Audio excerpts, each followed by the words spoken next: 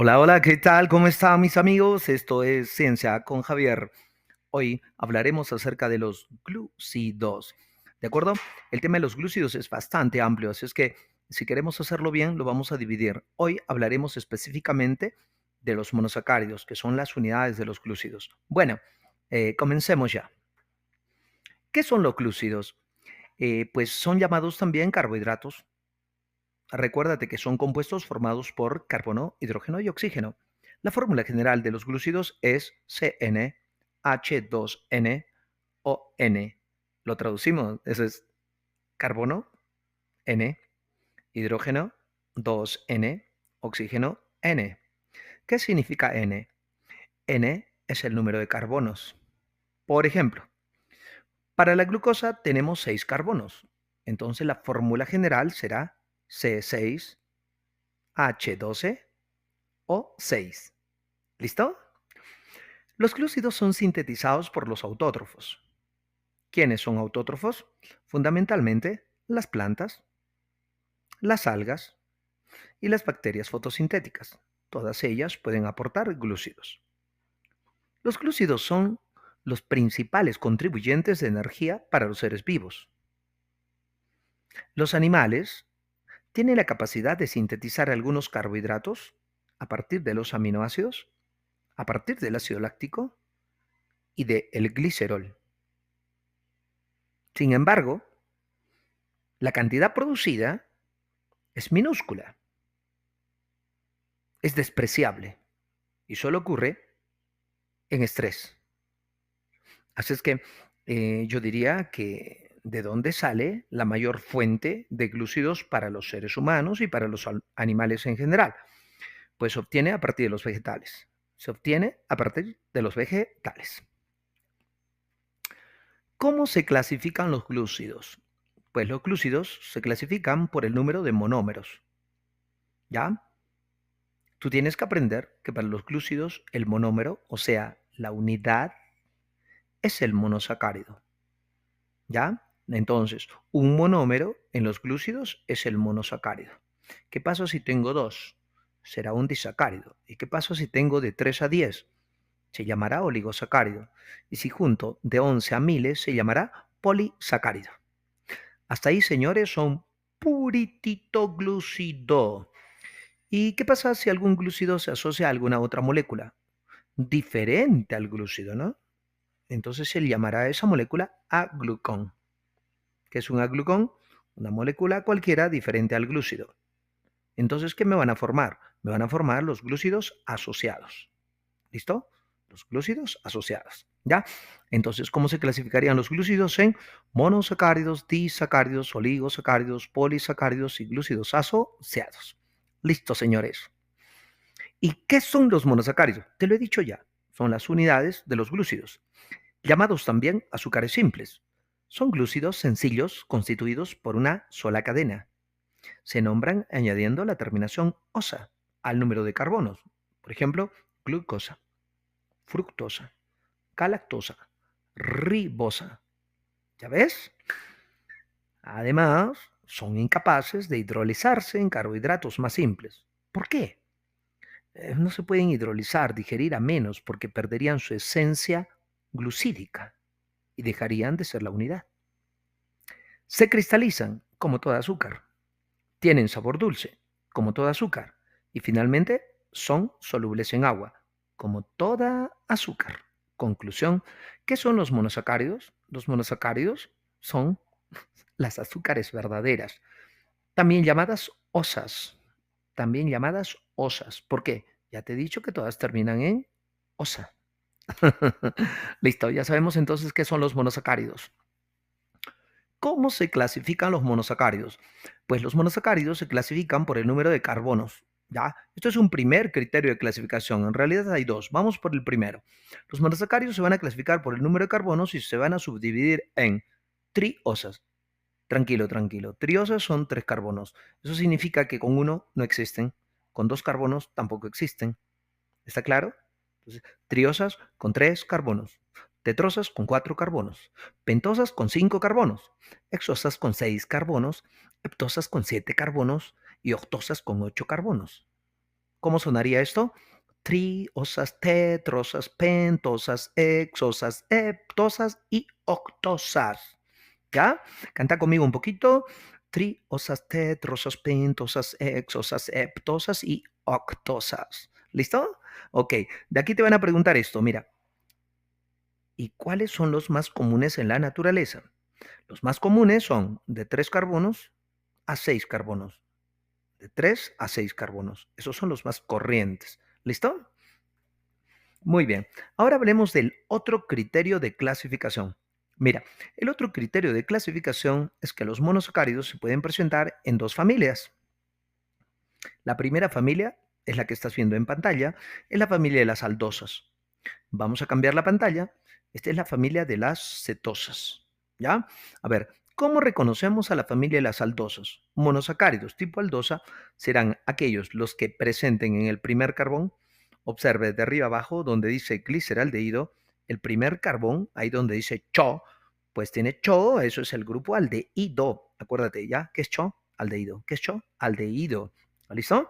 Muy bien. Ahora vamos a la siguiente fila y tenemos a la eritrosa y la treosa. Como verás, en el primer carbono también tienen CHO. En el primer carbono, la treosa también tiene CHO, o sea, tiene grupo aldehído, es una aldosa. Hablemos de la ribosa, arabinosa, xilosa, lixosa. Ok, en el primer carbono también tienen CHO, o sea, tienen grupo aldehído, por lo tanto son aldosas. Hablemos de las otras que estamos viendo aquí, ¿no? La glucosa, la galactosa en la última fila y todas ellas también en el primer carbono que tienen de igual, que tienen de parecido, que tienen al grupo aldehído en el carbono 1, por lo tanto es de la familia de las aldosas. Conclusión, señores, ¿quiénes son las aldosas? Los monosacáridos que presenten en el carbono 1 el grupo aldehído.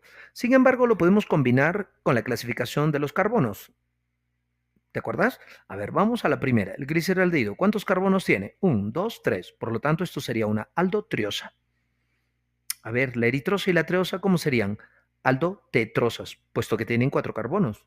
La ribosa, arabinosa, glixosa y silosa, este, ¿cuántos carbonos tienen? 5. Por lo tanto, serían aldopentosas. ¿Sí? Glucosa, galactosa, ¿cuántos carbones tienen? 6.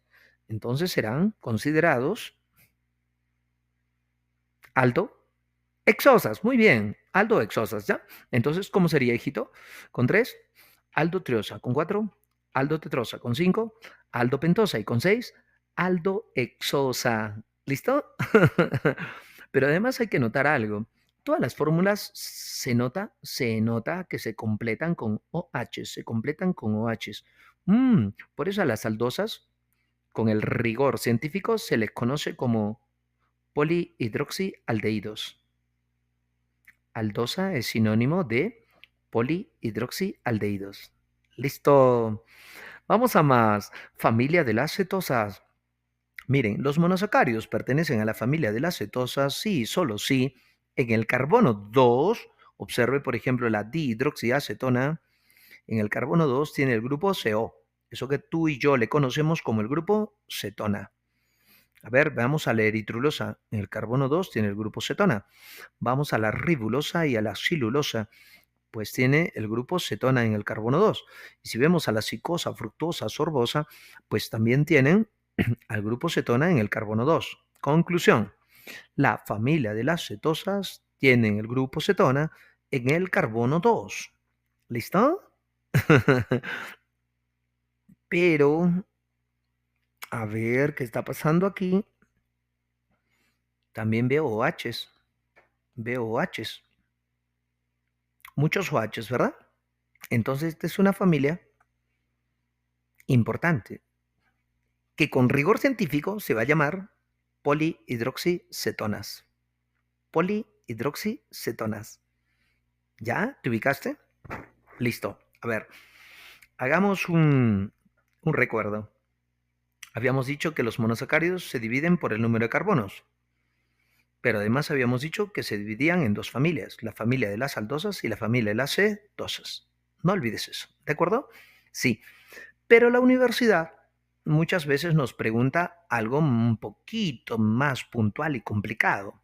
Por ejemplo, te van a preguntar, ¿qué triosas son importantes? Entonces tú responderás, las triosas son abundantes en el interior de la célula. Los glicéridos, como el gliceraldehído y la dihidroxiacetona, son metabolitos intermediarios de la degradación de la glucosa y por tanto son altamente importantes. Ah, ¿no te acuerdas? Es mucho. A ver, entonces te digo, ¿qué triosas son importantes? En fácil, el gliceraldehído y la dihidroxiacetona. ¿Por qué? Porque son metabolitos intermediarios de la degradación de la glucosa, eso que normalmente llamamos glucólisis. Sin embargo, vamos a entender que el gliceraldehído tiene una particularidad, sí, propia. ¿Cuál es? A ver, vamos a retroceder. Observe aquí, en la familia de las aldosas, quien origina toda la familia de las aldosas es el gliceraldehído. Entonces te preguntan, ¿cuál es la propiedad o la importancia particular del gliceraldehído? Que origina a todas las aldosas, que origina a toda la familia de las aldosas. No lo olvides. En cambio, la dihidroxiacetona, ¿por qué es importante? Porque origina a la familia de las cetosas. ¿Listo?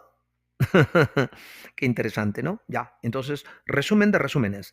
¿Qué triosas son importantes? Gliceraldehído, dihidroxiacetona. ¿Por qué? Porque se forman en la degradación de la glucosa. ¿Y por qué el gliceraldehído es importante? Porque origina a las aldosas. ¿Y por qué la dihidroxiacetona es importante? Porque origina a la familia de las cetosas. Listo, señores. Ahora nos van a preguntar, ¿qué tetrosas son importantes? A ver, las tetrosas importantes son eritrosa y eritrulosa. Eritrosa y eritrulosa, que están formados en el proceso de las reacciones oscuras de la fotosíntesis. Entonces te van a preguntar, ¿por qué son importantes eritrosa y eritrulosa? ¿Qué vas a responder? Porque se forman en el proceso de las reacciones oscuras de la fotosíntesis. ¿De acuerdo? Muy bien. Ahora te preguntarán, ¿y qué pentosas son importantes, señor? Y tú responderás, ribosa, desoxirribosa y ribulosa. ¿Ya? Claro, ¿qué pentosas son importantes? Canta conmigo. Ribosa, desoxirribosa y ribulosa. La ribosa, claro, porque es el azúcar del RNA, del ácido ribonucleico. La desoxirribosa, ¿por qué? Porque es el azúcar del DNA, del ácido desoxirribonucleico, conocido como la molécula de la herencia. Ribulosa. La ribulosa, ¿por qué es importante? Porque forma parte de la enzima llamada rubisco, la 1,5 ribulosa bifosfato carboxilasa, enzima que fija el CO2 atmosférico durante la fotosíntesis. No olvides que la rubisco es la enzima más importante de este planeta. ¿Por qué? Porque permite la fotosíntesis. Y cuando permite la fotosíntesis, origina a los autótrofos. Y los autótrofos, naturalmente, cuando sobreviven, dan origen a los heterótrofos. Tú y yo somos heterótrofos. Los hombres somos heterótrofos. Por lo tanto, somos dependientes de los autótrofos que hacen fotosíntesis. Por lo tanto, este planeta entero depende de la rubisco. Por eso, para mí y para muchos científicos, pues la rubisco es la enzima más importante de este planeta. ¿Listo? Muy bien. Entonces, ¿qué pentosas son importantes? Canta conmigo. Ribosa, desoxirribosa y ribulosa. Listo. ¿Qué exosas son importantes? Exosas importantes. Ah, con 6 carbonos. Exosas importantes. Glucosa, fructosa y galactosa. Glucosa, fructosa y galactosa. La glucosa, que es el azúcar de la sangre, a partir de ella se van a formar otros glúcidos, ¿sí? La fructosa, ¿por qué? Porque es el azúcar de la fruta. Y la galactosa, ¿por qué? Porque es el azúcar de la leche, ¿ya? Ok, glucosa, azúcar de la sangre, fructosa, azúcar de la fruta, galactosa, azúcar de la leche. Espero que me estés acompañando. Si quieres aprender, tienes que ponerle ganas a lo que estás haciendo, ¿de acuerdo? No lo olvides. Ahora, vamos a hablar de algo muy loco. Oye, ¿qué es fructosemia? ¿Alguna vez por ahí has estado caminando en la calle y has visto una persona pero amarilla, amarilla, amarilla? Si está amarilla, ¿sabes por qué es? Porque tiene ictericia. Ah, bueno, salvo que sea chino, ¿no? Ya, pero pensamos, estamos en el Perú. Imagínate, estamos en el Perú. casi no hay chinos. Entonces, que tú veas una persona muy amarilla, entonces lo más probable es que haya un problema allí, ¿no? A ver, ¿cuál podría ser el problema? Podría haber una anemia, podría haber una hepatitis, pero también podría haber algo un poco más simple, la fructosemia. ¿Qué es la fructosemia? Es la intolerancia hereditaria a la fructosa. ¿Ya? A ver, recordemos. Podemos ver en la pantalla a dos niños comiendo frutas. Obviamente que las frutas nos van a aportar fructosa, el azúcar de las frutas. Pero yo te he contado N veces que todos los seres vivos solo sabemos utilizar glucosa. Así es que nuestro cuerpo hará todo lo posible porque esa fructosa se convierta en glucosa. Para ello, nuestro organismo ha evolucionado y tiene una enzima llamada aldolasa B. En presencia de aldolasa B, la fructosa va a seguir, ¿sí?, convirtiéndose en ¿qué? En glucosa sin problemas y va a aportarnos energía, como si no hubiera ningún problema. El problema resulta cuando nace algún niño con deficiencia de enzima aldolasa B, o lo que podría ser peor, cuando no produce aldolasa B. Si no produce aldolasa B, no puede transformar la fructosa hasta glucosa. Entonces la glucosa empieza a acumularse en la sangre, empieza a circular, a circular y a circular, y empieza a quedarse en algunos resquicios de nuestro cuerpo, dando coloración amarilla a nuestra piel. A eso se llama ictericia. Y va a ocurrir algo muy importante. Cuando estos pacientes comen fruta, pueden llegar a estar sus palmas de las manos, color naranja. Color naranja, imagínate, ¿ya? Entonces, convendría que visiten al médico y convendría que les hagan una pruebita, la prueba de la aldolasa. La prueba de la aldolasa. ¿Listo? Ya sabes que es fructosemia, intolerancia hereditaria a la fructosa. Listo. Galactosemia. La galactosemia es la intolerancia hereditaria a la galactosa. ¿Ya? A ver, ¿qué era la galactosa? ¿Te acuerdas? El azúcar de la leche. ¿Ya? Muy bien. A ver, te cuento pues. Cuando usted consume leche directamente o algún derivado lácteo, como puede ser el yogur, como puede ser el queso, entonces obtenemos un disacárido, el disacárido de la leche llamado lactosa.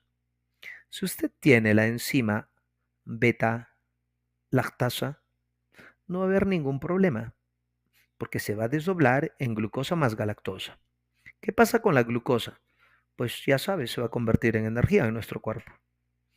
El problema está con la galactosa, que si usted es normal, usted va a trabajar la galactosa con la enzima llamada GALT, y GALT la va a convertir en glucosa, y la glucosa nos va a dar energía. Eso es lo normal. Pero ¿qué pasa con pacientes que han sufrido alguna forma de mutación y sufren galactosemia? En la galactosemia, los pacientes carecen de enzima GALT o carecen o producen cantidades deficientes. Entonces, la galactosa no se puede convertir en glucosa. La galactosa se acumula. Esta acumulación de galactosa da lugar a signos, a síntomas de la enfermedad. ¿Qué síntomas podríamos tener? Podrían haber lesiones renales, podría haber un hígado agrandado. ¿Por qué? Porque nuestro hígado lucha. ¿Por qué? Porque acuérdate que el hígado es el desintoxicador del cuerpo humano y busca que desintoxicarte, porque entiende que la galactosa lo viene envenenando, intoxicando. ¿Ya? También vamos a tener ictericia, el amarillamiento de la piel. Cosas más graves podrían ocurrir cuando hay cataratas. Las cataratas, sí, a la larga te van a dejar ciego. ¿Ya? Pero si te pareció esto preocupante, preocúpate más porque muchas veces ocurre daño cerebral. El acúmulo anormal de galactosa a nivel cerebral puede dar lugar a retardo mental. Entonces, mucho cuidado, ¿ya? Entonces, si le da leche a un lactante galactosémico, los azúcares de la leche no metabolizadas se van a acumular y van a causar daño a nivel del hígado, los ojos, los riñones y el cerebro. Hay que tener mucho cuidado. ¿Cómo se llama esta enfermedad? Galactosemia. Y se define como la intolerancia hereditaria a la galactosa. Tipos de galactosemia. Mira, cuando hablamos de los tipos de galactosemia, pues reconocemos tres tipos: la galactosemia clásica, la galactosemia tipo 2 y la galactosemia tipo 3. ¿Ya? En la galactosemia clásica existe la deficiencia de la enzima galactosa 1 fosfato uridiltransferasa, llamada GALT. Esa es la clásica, la que siempre ocurre, la que más frecuentemente se da. Pero también podría existir una galactosemia tipo 2. La galactosemia tipo 2 ocurre cuando hay deficiencia de la enzima llamada galactoquinasa, llamada GALC1. También existe la galactosemia tipo 3. La galactosemia tipo 3 es la deficiencia de la UDP galactosa epimerasa, llamada GALE. ¿De acuerdo? Ahora tú dirás, qué terrible, ¿no? Qué terrible. Y si me faltan las tres, y podría ocurrir. Es una probabilidad, podría ocurrir. ¿Dónde trabajan estas enzimas? Pues estas enzimas trabajan en la vía de Lelior, si lo queremos leer así, o de Leloir, como quieras llamarle. Esta vía es una vía importante. ¿Por qué? Porque, a ver, usted fíjese en la pantalla, por favor. Claramente tenemos a la galactosa y la galactosa, ¿sí? En presencia de exocinas podría dar lugar a la galactosa 6-fosfato, ¿sí? Esa galactosa 6-fosfato podría convertirse en la famosa glucógeno 6-fosfato, ¿sí? Y ¿esto es importante o no? Claro, porque estamos almacenando glucógeno. Bueno, de este lado de la vía no me importa tanto, ¿no? Me importa el otro lado de la vía. Tengo la galactosa, tengo la galactosa, que puede ser atacada por la galactoquinasa, la GALC, la GALC, ¿te acuerdas? Que es la GALC1 y convertirse en galactosa 1-fosfato. Esa galactosa 1-fosfato se puede convertir en glucosa 1-fosfato, pero gracias a la enzima llamada GALT, ¿estamos de acuerdo? Entonces ya estamos cumpliendo el objetivo, ¿no? De que la galactosa se convierte en glucosa, ¿sí? Pero que a su vez se puede convertir en UDP galactosa, ¿sí? Y que en presencia de la epimerasa, ¿sí? Se puede convertir en la epimerasa llamada GALE, acuérdate, que es la que produce la galactosemia tipo 3, se podría convertir en UDP glucosa y de ahí al glucógeno. Oye, qué interesante, ¿no? Acabas de ver a las tres enzimas en acción, ¿ya? Tenemos a la GALT, tenemos a la GALC con K, ¿sí? Y tenemos a la GALT. A ver, acuérdate, la deficiencia de GALT es galactosemia clásica, la deficiencia de GALC1 es galactosemia tipo 2 y la deficiencia de GALE, ¿sí? O sea, de la epimerasa, ¿sí? Va a ser una galactosemia tipo 3, ¿ya? Muy bien.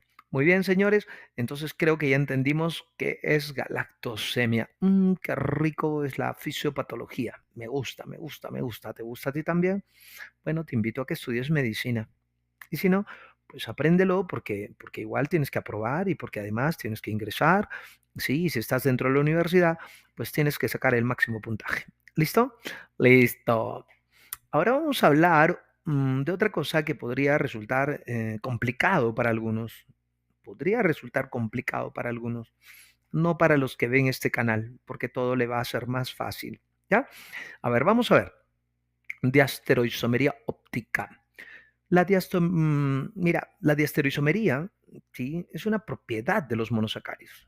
Entonces, tú tienes que aprender que los diastereoisómeros en los compuestos orgánicos, se deben a la presencia de carbonos tetraédricos que presentan 4 sustituyentes diferentes. A ver, vamos a ver ese carbono tetraédrico. Claramente lo puedes ver, ¿sí? Ahí está el carbono y tiene enlazado un OH por un lado, por el otro tiene el grupo COH, por el otro lado tiene el hidrógeno, por el otro lado tiene el CHHOH.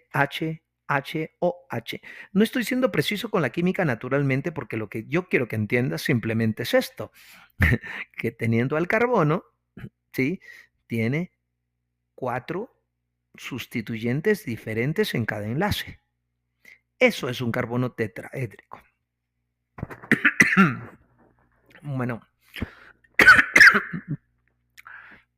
hay un poquito de atoro. Ya estamos mejor.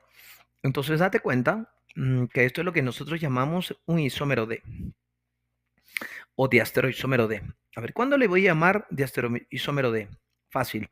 Tenemos el último carbón. Ahí tengo el último carbón. Subo al centro. Estoy en el carbono tetraédrico. Voy a la derecha y encuentro el OH. Si el OH del penúltimo carbón está a la derecha, se le llama diastereoisómero D. Diastereoisómero D. Te cuento que en la naturaleza los monosacáridos están en la forma D.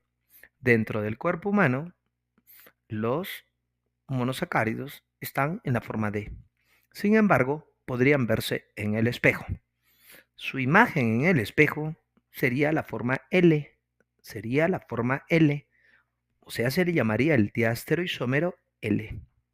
Así, me doy cuenta que si voy al penúltimo carbón, el carbón tetraédrico, claramente puedo ver que el OH está a la izquierda. Entonces es de la forma L. ¿Listo? A ver.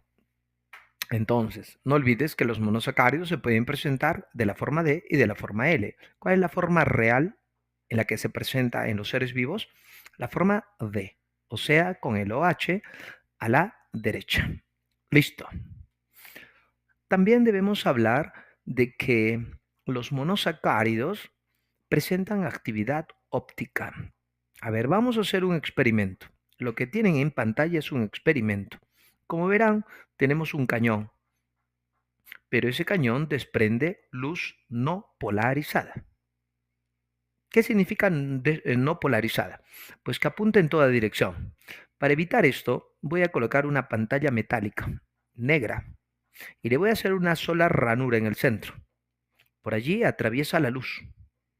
Ahora, como atraviesa la luz, esa luz me forman 2 polos. A esa luz le voy a llamar luz polarizada. ¿Ya ves? Por eso es que a esta pantalla negra se le llama la pantalla polarizadora. ¿Listo? Ahora que la luz ya está polarizada, la puedo usar como un cañón. Es el cañón de luz polarizada. El cañón de luz polarizada trabaja sobre este recipiente, que como tú verás es un probeta de manera más o menos cuadrangular o a manera de un tubo, ¿no? Y claramente te das cuenta que en el interior, que encuentro en el interior de este probeta, hay una solución. La puedes ver en oscuro, es una solución acuosa, pero cargada de monosacáridos. Podría ser, por ejemplo, la glucosa. Entonces, ¿qué pasa si ponemos dentro a la glucosa? Si ponemos dentro a la glucosa, y tú y yo sabemos que la glucosa es materia, entonces cuando la luz choca en algo material, ¿qué pasa? Se desvía. Se desvía. Entonces, si es que aquí dentro de la solución hay monosacáridos y los monosacáridos son materia, desvían la luz. La pregunta es, ¿a dónde la desvían? Si la desvían a favor de las agujas del reloj, entonces decimos que son dextrógiros o positivos. ¿Ya? ¿Qué es un monosacárido dextrógiro? Aquel que desvía la luz polarizada en el sentido de las agujas del reloj.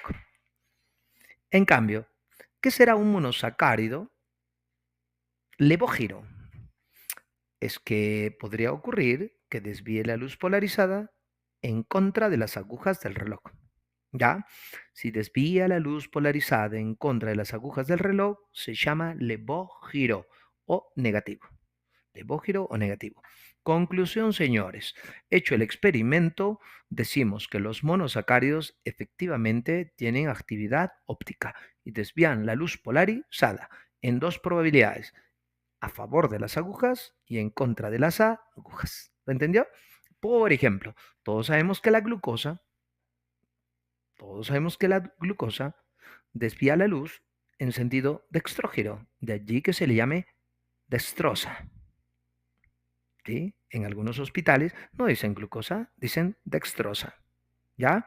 En cambio, por ejemplo, la fructosa, el azúcar de las frutas, desvía la luz polarizada en contra de las agujas del reloj. Por lo tanto, sería un monosacárido levógiro. De allí que también se le llama lebulosa. ¿Ya ves? Muy bien. Señores, ya está. La actividad óptica de los monosacáridos. Y ahora vamos a hablar de algo que es un poquito más singular y necesita algo de mayor concentración de tu parte. Así es que espero que le pongas ganas. Estamos a 4 diapositivas de terminar y quiero que le pongas ganas porque los monosacáridos pueden resultar complicados en el momento del examen. Así es que vamos chicos, ganas. Los monosacáridos pueden ciclar. Los monosacáridos de 3 y 4 carbonos no ciclan, o sea, solo se encuentran en forma lineal. A esa forma lineal le vas a llamar la forma de Fischer o como otros le llaman, la fórmula de Fischer. Listo. Ya, no olvides, de 3 y 4 carbonos no ciclan, entonces están en forma de Fischer. En cambio, los monosacáridos de 6 carbonos sí ciclan y pueden formar un anillo llamado el anillo de piranosa. El anillo de piranosa. En la pantalla, en el lado izquierdo, tú puedes ver que la glucosa está ciclando y está formando un anillo. Ese anillo se llama el anillo de piranosa, lo puedes ver en rojo. Es el anillo de piranosa, ¿sí? Pero este anillo tiene una forma o conformación llamada la forma de Howard o forma cíclica. ¿Listo? Listo, no olvides. Ahora, veamos a la fructosa. La fructosa también está formando un anillo, pero ese anillo es el anillo de furanosa. Es un anillo diferente. Es un anillo diferente. ¿Te has dado cuenta? Pero también está ciclada. Por lo tanto, es la forma de Howard. ¿Listo? Conclusión, señores. Los monosacáridos de 3 y 4 no ciclan, pero los de 6 y los de 5 sí podrían ciclar. Los de 6 podrían formar anillos de Howard y los de 5 podrían formar también anillos de Howard. Los de 6 forman anillos de piranosa y los de 5 anillos de furanosa. ¿Listo? Bien, todos huracanados. Ciclación de las aldosas. A ver, esto nos preguntan siempre, ¿cómo cicla la glucosa? ¿No? Recuerdo también mis exámenes de bioquímica y el profesor siempre nos preguntaba, ¿qué pasa con las aldosas en el agua?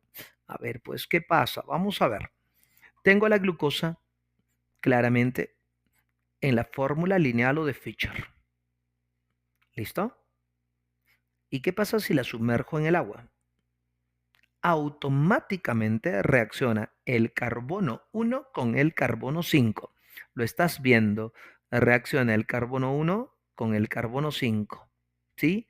Sobre todo lo que reacciona es el OH del carbono 5. ¿De acuerdo?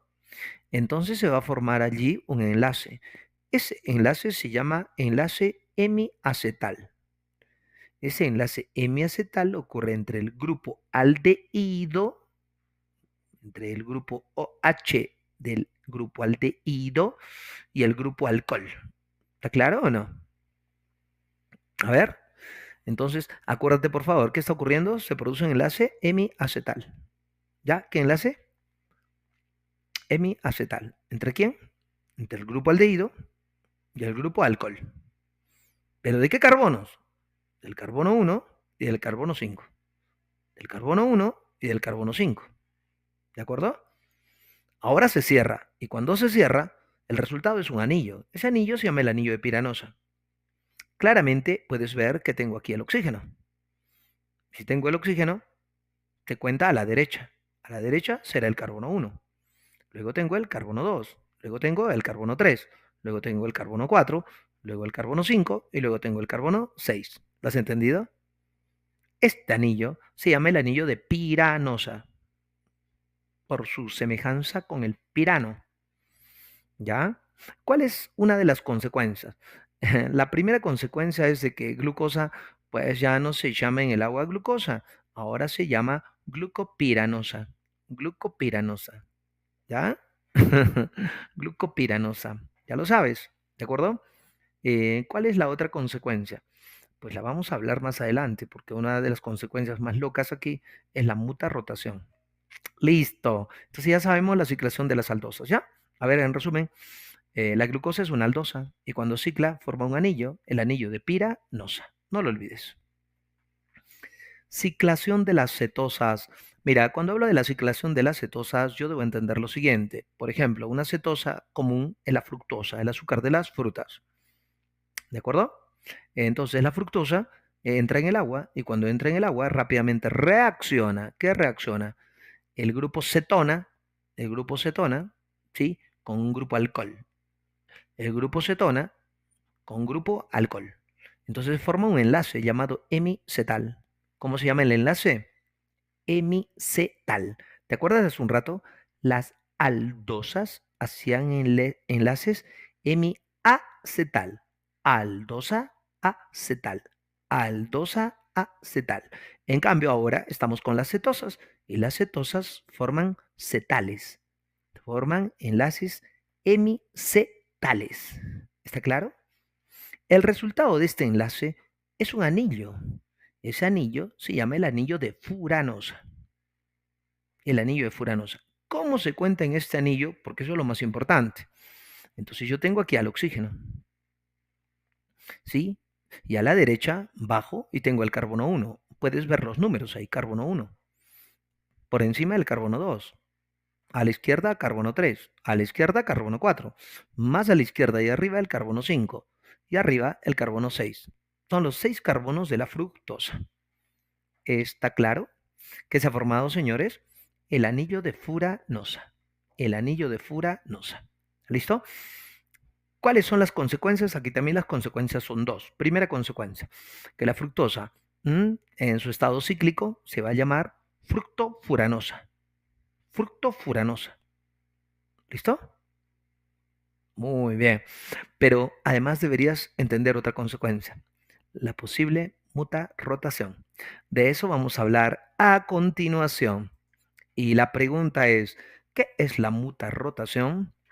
Pues te cuento que la mutarrotación es una propiedad de los monosacáridos. Es una propiedad de los monosacáridos. A ver, te explico rápidamente. Cuando la glucosa en su forma abierta, conocida como la forma de Fischer, entra en el agua, tú entenderás que hay dos posibilidades, que cicle por arriba o cicle por abajo. Si cicla por arriba, te da un anillo, y si cicla por abajo, también te da un anillo, y siempre es el anillo de piranosa. Pero hay un problema. Ahora el carbono 1 se convierte en un carbono llamado anomérico, y aparecen los anómeros de la glucosa. Ahora vamos a decir, si en el carbono 1 el OH queda abajo, entonces se llama el anómero alfa. Lo puedes ver en azul, se llama el anómero alfa. En cambio, ¿qué pasa si en el carbono 1 el OH te queda arriba? Entonces se llama el anómero beta. ¿Ya? Entonces no olvides, ¿ah? La glucosa tiene dos anómeros, el anómero alfa y el anómero beta. Cuando digo alfa, OH abajo, ¿ya? Entonces sí, alfa abajo. ¿Y cuándo es beta? Cuando el OH está arriba. Yo siempre suelo jugar así. Alfa abajo, beta arriba. Alfa abajo, beta arriba. Señores, esto es demasiado importante porque cuando veamos los enlaces, tú vas a encontrar que hay enlaces alfa y hay enlaces beta. Entonces tú ya sabrás que cuando yo reparto el oxígeno del OH por abajo es alfa. Y cuando yo reparto el OH del, ¿no? El oxígeno que voy a repartir a partir del OH para formar un enlace, ¿sí? Por arriba será beta. ¿Ya? Si reparto el oxígeno por abajo, va a ser alfa. Si lo reparto por arriba, va a ser beta. ¿Ya? Importante, ¿ya? Señores, ¿esto surge de dónde? De los anómeros alfa y los anómeros beta. ¿Sí? Bueno, pero tú dirás, ¿y todo esto qué tiene que ver con la mutarrotación? Pues demasiado, ¿sabes por qué? Mira, la mutarrotación es una propiedad en la cual los monosacáridos, al ciclarse, pueden formar anómeros alfa y beta. Pero a ver, piensa, el anómero alfa se abre y se puede convertir en beta. El beta se abre y se puede convertir en alfa. ¿Esto es bueno o es malo? Es buenísimo. Eso es mutarrotación. Ahora tú dirás, no entiendo nada, ¿para qué me explicas todo esto? Señores, la mutarrotación explica el dulzor. La mutarrotación explica el dulzor. A ver, vamos con tranquilidad, paso a paso. Hagamos un pequeño experimento. Yo tengo la forma de la glucosa abierta y claramente exhibe sus OHs, sus OHs. Teóricamente estos OHs dan dulzor